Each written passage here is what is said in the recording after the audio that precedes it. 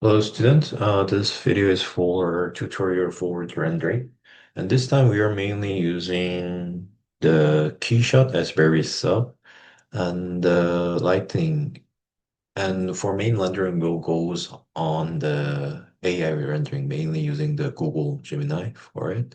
So first, like once you finish your modeling, please convert your design into the rendering modes. And from the rendering mode, what you need to start with is basically set the materials that you want. And from here, there's a lot of different material, but I think please use this material as very basic references. Like maybe all the plastic is very useful. And if you try to want to use the metal, then go for just very basic one like aluminiums, some stainless steel for just like a original color of the metal. However, if you want to use some like metallic paint, like a red metallic paint or something, then I recommend to use like a metallic paint section, not using the metal ones in there. So let's start with, I will just try to put some colors of the plastic first. Let's use the ABS white for it. And then I will just apply to mainly to the bottom body and also the top as well. And for the neck part, I will just keep as normal stainless steel with the polish and the bottom two part as well. Maybe I will just and the after that you can set up the material, the colors from here by double clicking it. And also you can change the roughness. As you can see here, when it goes onto the zero, then it will become very like a smooth polishing surface and increase the roughness, then it become more dolce. So just like adjusting some roughness in these cases. And then also some reflection. So it is not very powerful in the fusion, but in the rendering cases, when you apply for some more reflection, then as you can see, more light are reflecting and like less light are reflecting when I reduce it. So it is a matter of the reflecting polishing levels. And I realized that in the fusion, the texture you can apply in the advanced using the bump in here, relieve the pattern. But I think like it is better you just asking on the AI would try then it was much more better. And for example, if you want to use try different plastic in here, then what you can do is like you can just double click it, duplicate it, and maybe you can change the name to like ABS red, for example, and adjust the color tone in here, done, and apply with different material because all material links to the different one. And from here, you can change the color as you want. Okay, once you set up the main material roughly, then go selecting the seam part. And from the seam part, what you major need to adjust will be first the focal length. And if you go under the size of the human, then I recommend you to go for 80 to the 90 millimeter. And if you're gonna render in more around size of the car, around like a 2 to 3 meter, then I recommend you go for like a focal length to 50 meter. As you can see here, it increased and it become more like uh, parallel views. And like if it decrease the length, then it become more distortion will create it. So usually for realistic, around car size is like 50 millimeter, but product size will goes around 90 to the 80. And then from here, please change the directions of the light by pressing the positions and keep rotating. Try to find some best reflection to highlight this product itself, because at a certain point it became very flat, especially on this part. And So, so try to find some best angle to show overall like a 3D perspective. And thinking about where part you want to highlight the most. Is it the neck or is it the this like shiny shade on the shade lamp shader? Depends on your decision. Always try thinking about which part you want to highlight the most.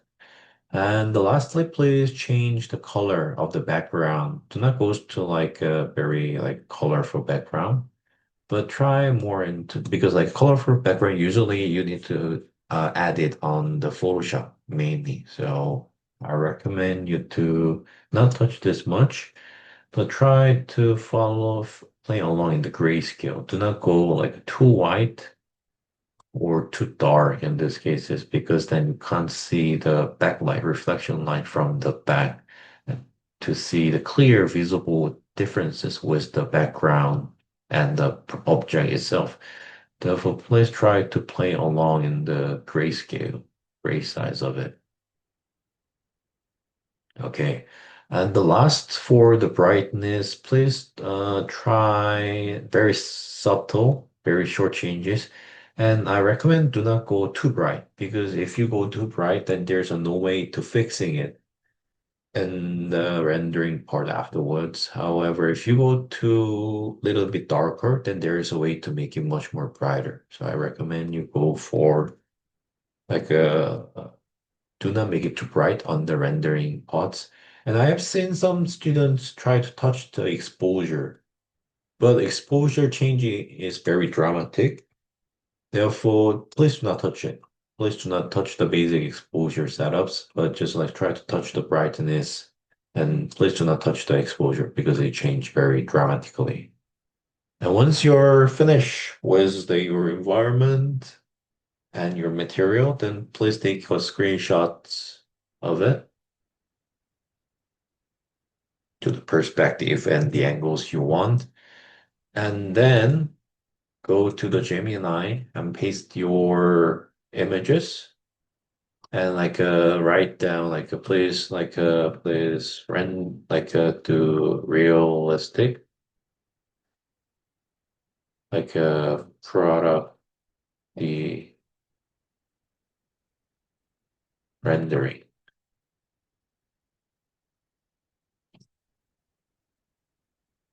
or like a please convert into like a realistic product design rendering.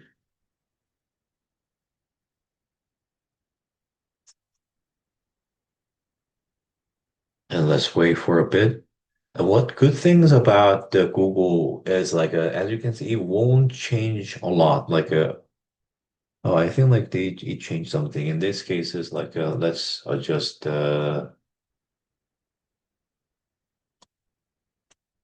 convert into realist product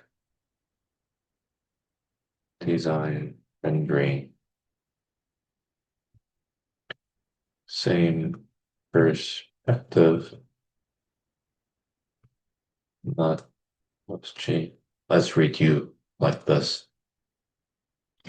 What I will try to say was the best benefit of the Google is like it tried to not conserve everything. Like if in the, for example, in the mid-journey, change a lot of what we provide.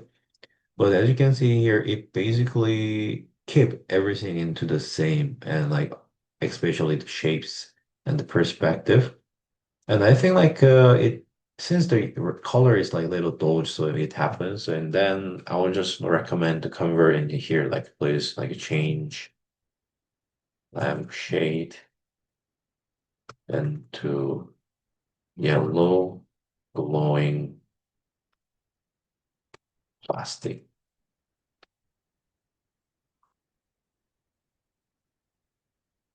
And it became more clear about the texture and the materiality as well. And then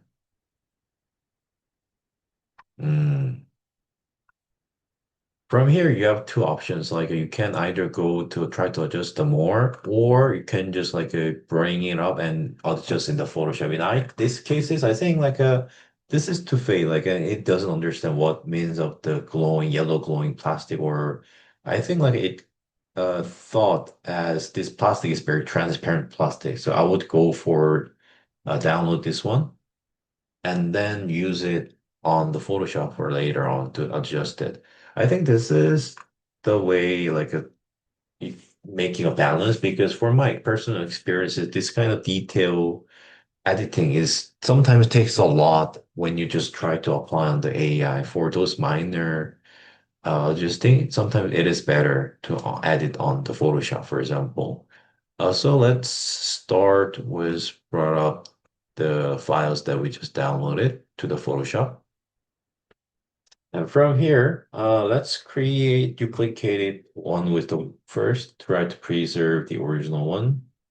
And then from here, let's start with selecting the lamp shader and let's convert into the hue saturation. Try to convert, try to convert the lamp shader with the color of the yellow.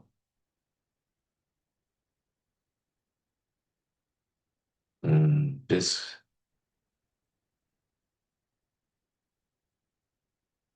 color of the yellow.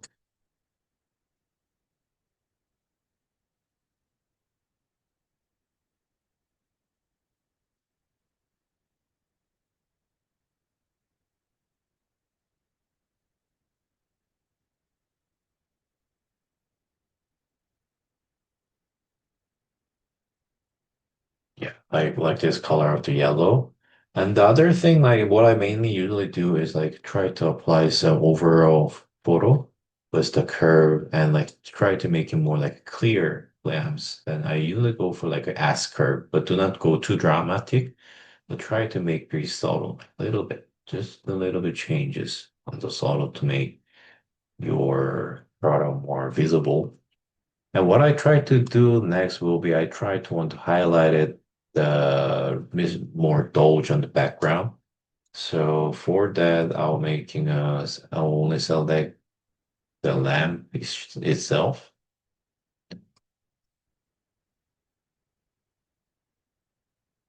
And this is the little annoying part because in the professional rendering, you provide clown paths, but in the key shot, for example, but it is not provided if we follow this process. Or let's try to differentiate with the background and only this part. And for the background, I'll try to make it the brightness to like a little bit more faded, a little bit more darker, not like a too dark like this, but just a little bit darker. And convert to the filter to make it sharpen our main part, the main product. And from here, the other thing I want to do is like I'm going to duplicate it.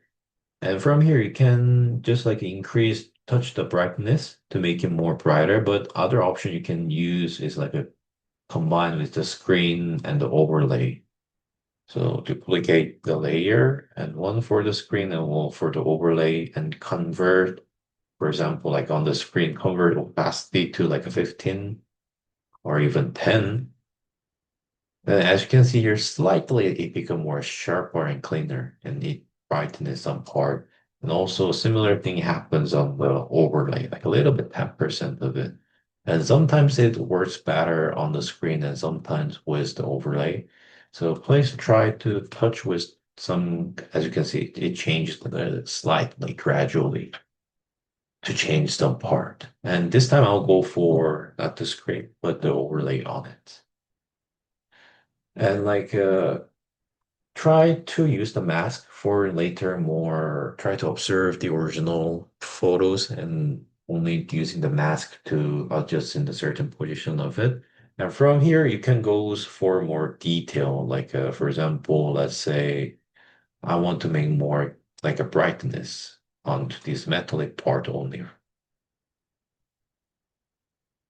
This part will be a little annoying to you guys, but yeah, there's an option for it in current position unless you're using the expert rendering machines like which provide cloud paths on it. And from here, I'll go for one more curve or the exposure. And here, exposure, like you can't change it like dramatic because you change very, very dramatic. And what I usually use exposure is to try to convert metallic more brightness, like just a little bit, not too much, but just a little bit, like a little bit, make a little bit more metallic. And from here also, from now, you can see some like a very strong, like a glimpse because this hat doesn't have very clean, like clean masking. And what I usually do is like clicking the masking layer and using a brush with opacity around like 25 and rather to make it like a try to melt it down. Like, oh, this is still too much. Try to melt it down to the background, like just the erase just a little bit, like try to melt it down. Try to give a little bit more opacity on here, which makes it too dramatic. Try to a little bit melt it down. And I just realized that this part is like little cutting edge. Then again, like selecting only the neck part.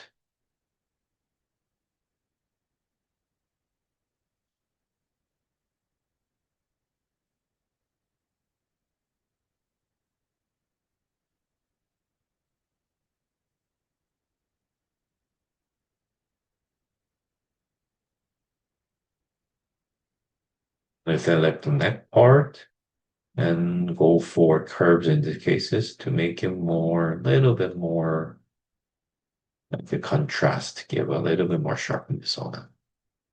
And so now, as you can see, I play only with the some adjustment tool and the maskings in here. And sometimes you can also retouch very slightly. Let's say if you want to have more a little bit dark, or let's say you want to have a thick shadows, then maybe what I usually do is like I just try to put some extra layers. And And usually what I recommend is like you need to differentiate like which part is for the product and which part is for the basic. Like I usually like grouping it with the product and grouping with the background.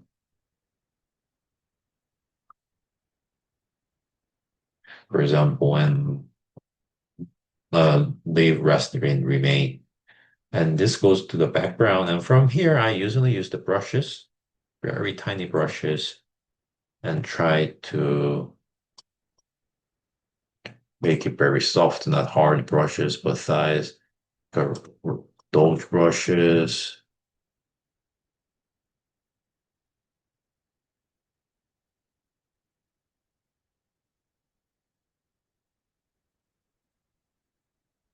and opacity to like 25.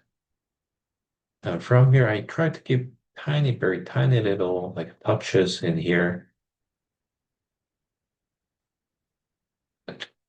to give some more light. And now it looks very like a non-realistic, but once and you convert into like a color buns or like a little bit overlay, like a screen overlay, hard light. I think like this time I'll go for like an overlay is on it and change the opacity to vary it slightly. Try to give a little bit more shade on here. And again, do not erase directly, but I'll try always prefer to using a mask to change slightly, like one, but like because like once you erase it, then you can't. There's no you are losing the possibilities of editing in the later. So that's why I always try to using a mask on it. And as you can see, these kind of little tiny differences make your product more and more realistic. And once you set it up, then please export as in the PNG file for the later renderings for it. I'll just save it as a rendering AI plus rendering versions of it. And now let's see the result differences. So this was like original rendering part. And this is the later on rendering part, which is like a quite differences as you can see in the tiny little subtles of it. So I recommend Because like recently Google AI is enough, but I think like you can have an extra little touchness to make your photos in the tiny little details, like a little bit darker background and a little bit more reflections, etc., extra. For those kind of stuff, I recommend to do extra Photoshop editing for on it. And thank you for listening for today's lecture. Thank you.